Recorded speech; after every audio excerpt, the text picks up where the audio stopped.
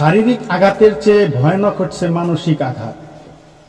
যে বা যারা মানসিক আঘাতের মুখোমুখি হয় তারাই একমাত্র বুঝে সেই আঘাতের যন্ত্রণা কতটা মারাত্মক হয়।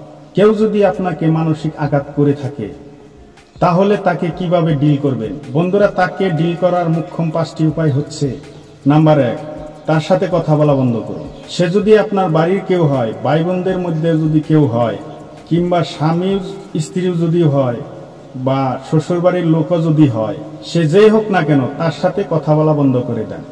তার কথার আঘাতে যদি আপনি ক্ষতবিক্ষত হয়ে যান তবে তার সাথে কথা বলা অর্থহীন। ততদিন কথা বলবেন না যতদিন সে নিজেকে না শুধরাবে। আর তাছাড়া যত কম কথা বলবেন তত সে আপনাকে আঘাত করার কম সুযোগ পাবে। নাম্বার 2, যে আপনাকে মানসিক কষ্ট দিয়েছে সে কেন আপনার সাথে এমনটা করলো, আপনি তার জন্য অতীতে কি কি করেছেন, তারপরও সে কেন এমন বেইমানি করলো, এই কথাগুলো নিজের মাথায় খেলানো বন্ধ করুন।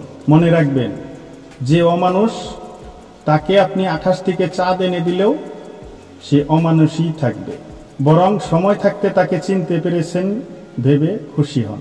নাম্বার 3, আপনার জীবনে অন্যের মতামত কতটা দরকারি আর কতটা অদরকারি সেটা আগেই বিবেচনা করে দেখুন।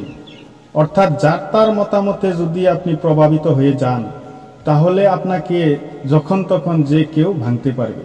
তাই মানসিকভাবে সুস্থ ও আঘাতমুক্ত থাকার জন্য সবার সব কথাকে পাত্তা দেওয়া বন্ধ করুন। নাম্বার 4, তার সাথে দেখা করা, তার সাথে ফোনে কথা বলা, তার সাথে মেসেজ করা ইত্যাদি সব বন্ধ করুন। ফেসবুক, ইনস্টাগ্রাম, হোয়াটসঅ্যাপ সব জায়গাতেই তাকে ব্লক করুন। মোট কথা, তাকে নিজের জীবন থেকে মুছে ফেলুন। কারণ যে আপনাকে মানসিক কষ্ট দেয় সে কখনো আপনার কাছের হতে পারে না। নাম্বার 5, আপনি নিজেকে এতটাই গুটিয়ে নেন যে আর কোনোদিন আপনার ভিতরের সবকিছু জানতে পারে না, ভিতরে ঢুকতে পারে না। আপনার শান্তিপূর্ণ জীবনে অশান্তি ছড়ানোর সুযোগ যাতে আর কোনোদিন সে না পায়। আপনার জীবনে সে সম্পূর্ণ মূল্যহীন, এটাই মাথায় রাখুন। তাই তার ভেলকিতে ভুলবেন না, তাকে আপনাকে নিয়ন্ত্রণ করতে দিবেন না। মনে রাখবেন, যে শয়তান হয় সে হাজার ভুল পাল্টালেও তার মনের শয়তানিটা থাকবেই।